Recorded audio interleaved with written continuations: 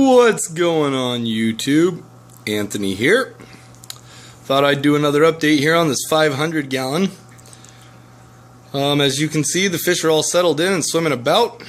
Everybody's nice and happy. The water has cleared up substantially. I've got to get some kind of a polish or something for the outside of this tank. I don't know how to clean it. I was thinking about just putting a rag to it or Windex or something, but I don't want to mess anything up, and I've never messed with acrylic before, so I'll have to read on that a little bit. Anyway, look at this dude really fast. If I can get no glare on him. There we go. Bam!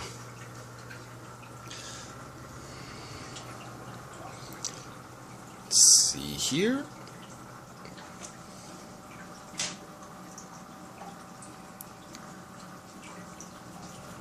Convict over here is freaking out. Oh, there's a pair of them right there. It's a pair of convicts.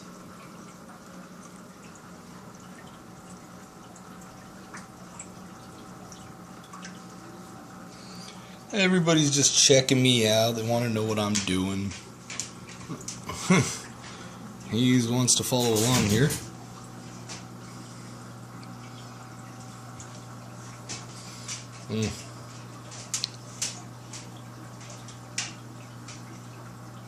How's that for a gorgeous pair? Look, there's the two pairs right there. The two pairs that I've noticed have formed. We got male number one over on the left here. Oh, looks like there might be a third pair right there. It's crazy. This is by far the most attractive male in this tank, currently. It's just gorgeous. Really good looking fish. Anybody who hasn't kept these, I mean, these guys are still really small. Look, here's my finger. Oh, they're gonna freak out. Like, they're still really small. We're looking at 3.5, 4-inch fish here. And anybody who's never kept these Hypsophorus nicaragüensis, they're just gorgeous, and they reach about 10 inches. Their colors fade a little bit as they get bigger, but they intensify a lot between now and that 10-inch size. They're gorgeous, really gorgeous fish. You can see the other Heloensis hanging out in the back there. There's a sponge filter. There's one of them. Gosh, there's so much particulate matter in here. The wood, some of it's really starting to sink now, and some of it's kind of staying up, but we back up. Sorry for all the shaky action. I got to work around my table here. It's right by the dining room table, but some of the wood's staying up there pretty high. Some of it's falling down. But, oh, check this crap out. Okay, so I came home from work a couple days ago, and I came home to water on the floor. Oh, man. So I got this FX5 plumbed up in here, and anyway, see if we can't get over here on the side and maybe you can see. Probably not. Well, that's the outside of the FX5 now. What had happened was the outflow for this FX5 ended up falling out of the tank, because I don't know if anybody's seen the FX5. It's got that stupid clamp. That's like the worst thing to get off of a tank, by the way. It just sucks. I mean, it's not hard, but it just sucks. It's like, why did they do that so difficult? Anyways, so the intake, the side going into the filter, is just fine. It works out just fine because it's got a smaller gap to cover in the back. But the outtake, sorry, I'm trying to lift up the lid here. Oh, I could just do this. So see the intake back there, it fits. It's a smaller gap, but then this outtake right here, the exhaust for it has this big old gap to cover. So I had to kind of well, I did my own plumbing on it actually, and it came out pretty good. I like it. I got a really good amount of flow because the FX5 normally comes with a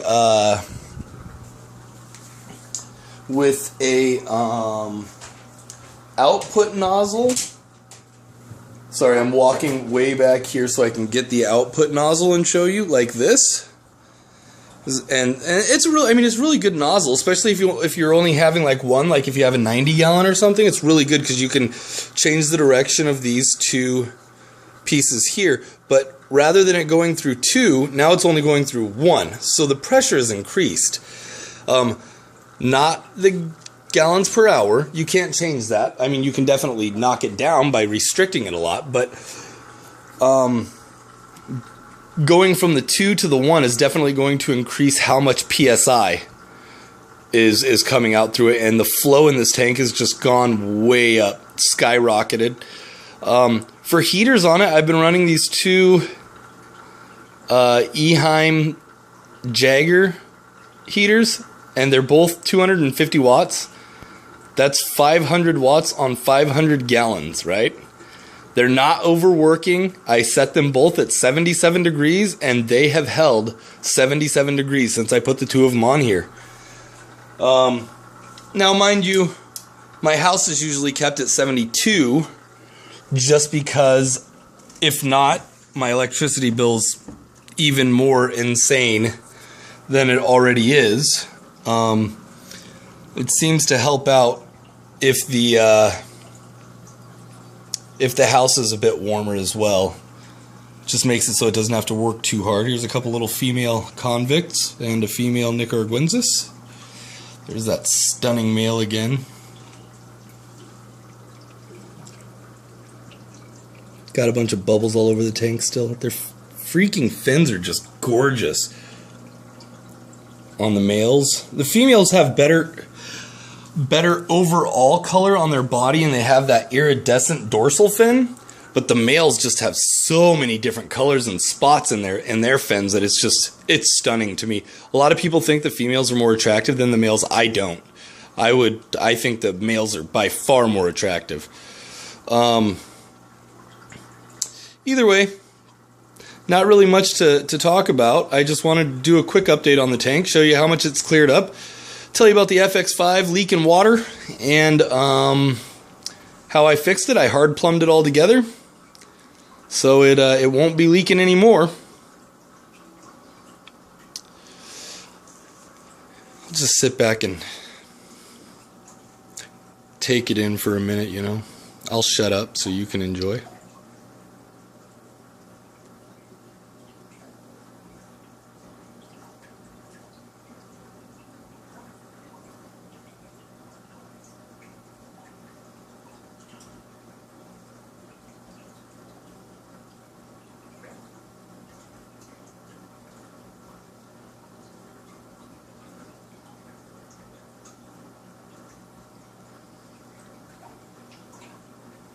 Alright, everybody.